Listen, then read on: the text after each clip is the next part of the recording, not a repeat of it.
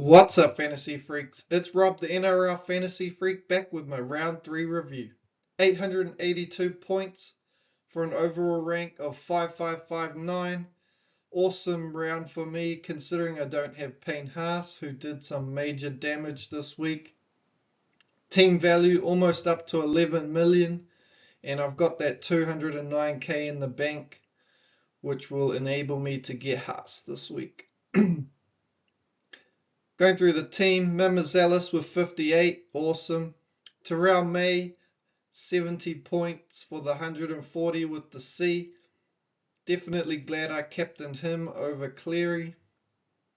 Yo with 60 was a good hold, and hopefully he can keep pumping out those 60s. Horsburgh with the 53, had the sin bin, but came back and did a few offloads to get his score up to 53, so happy with that. Now Fahu White with a great try and playing good minutes, 69 points. Seyfarth 56, another try for him, and he's a great player to own. Dual position, both him and White is handy. Cleary with the 5 with the early HIA, and he's out this week, so not good. Feel sorry for all the teams that captain Cleary. That's real damaging to your rank. Metcalf with 27, another low score for him. I'll give him one more week and then he could be gone when the Warriors have their bye. Although he could be good to loop, so we'll see. Toa with 33, he's a good cheap centre and good attacking player. I think he'll be good value. Toya, same, 24. Not a great game from the Roosters against my Warriors, but he's a good option. Hopefully Billy Smith doesn't take his spot. Campbell with 81 was awesome, and he's got the dual position as well, so he can slot into half if I need. Garrick with 97 was the talk of the team. 4 tries, and after just having a baby, he obviously wanted to deliver, and he did.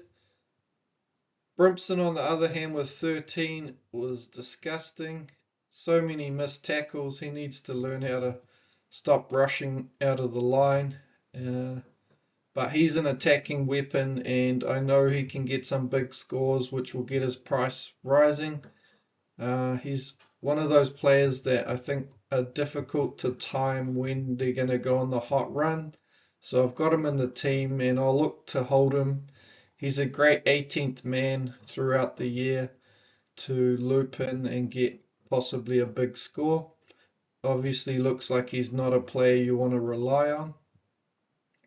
Watson, 27 with the HIA as well. He would have cracked 60 easy if he played the full 80, so I like the dual position hooker cover. He's the best hooker in the game at the moment, so he's definite hold for me, and he's got a low break even. Humphreys 74, the next Cleary, just keeps on delivering and played at lock. He can tackle and he's a great option. Nicholson 47, moved to the middle, got lots of tackles but not much attack, and I would prefer 80 minutes on the edge for him. I think he's a try scoring weapon, and hopefully with Horse getting moved to lock that will happen. Hopefully he doesn't lose minutes because of that though. Tamale 18, went to loop him. I thought he could beat Sandon Smith 32 against the Seagulls because they had showed great form, but it wasn't to be. So that cost me 14 points. Hubner suspended this week as well. Smith with 32, another solid score from him. Cole with 36, very good to have. And Iongi with 33, also good that those bench guys are making some money.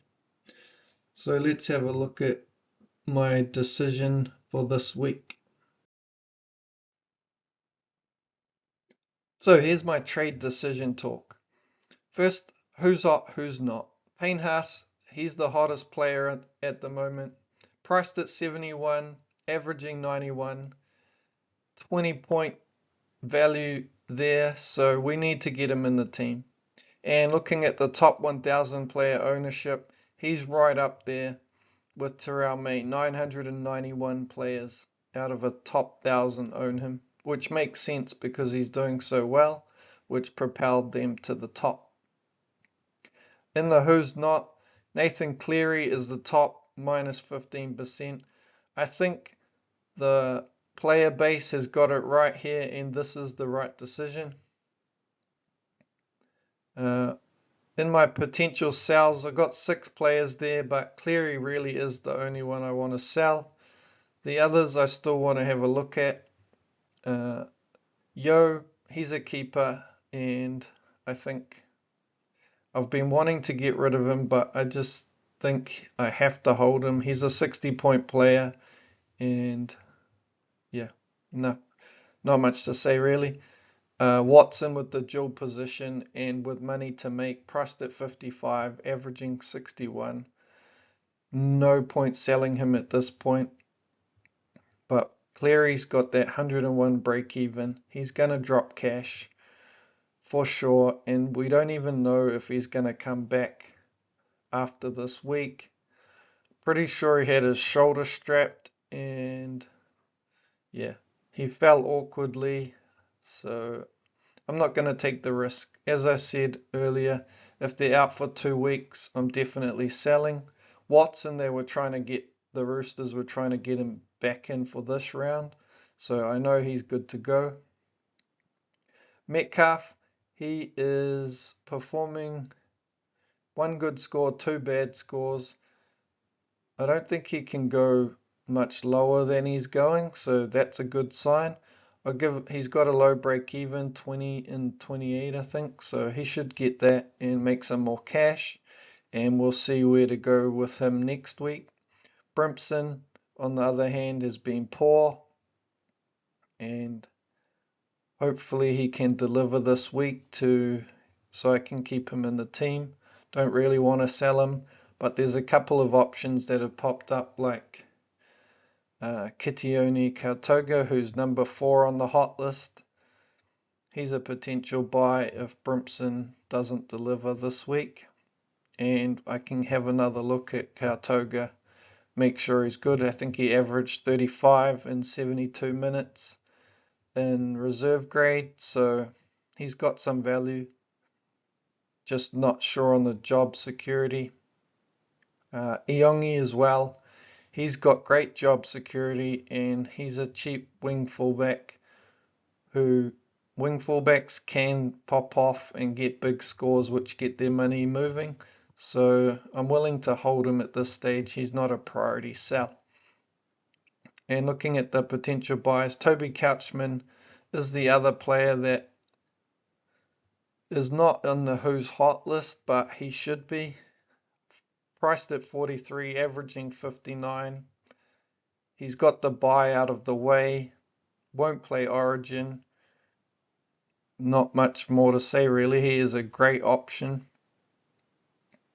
But based on the strategy tip of buying a shield, which is to bring in a player that top-ranked teams own to minimize risk of falling behind if that player performs well. So if Haas keeps delivering 90 points a game and we don't own him, we're going to get left behind. So he is definitely someone you need in your team, and I think the risk of not owning him is higher than the risk of him losing some cash buying him at the top dollar. Yeah, so that's pretty much it. That's my trade decision. So Cleary out, Payne Haas in.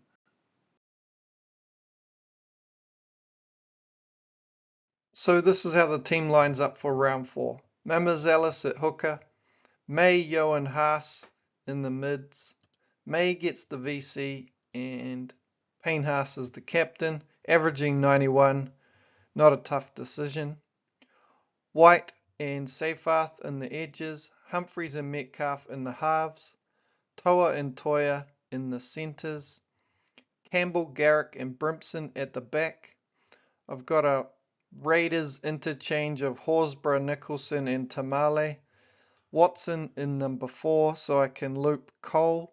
If Cole scores over 30, I'll keep him. Sandon Smith can go into Watson's position if he doesn't.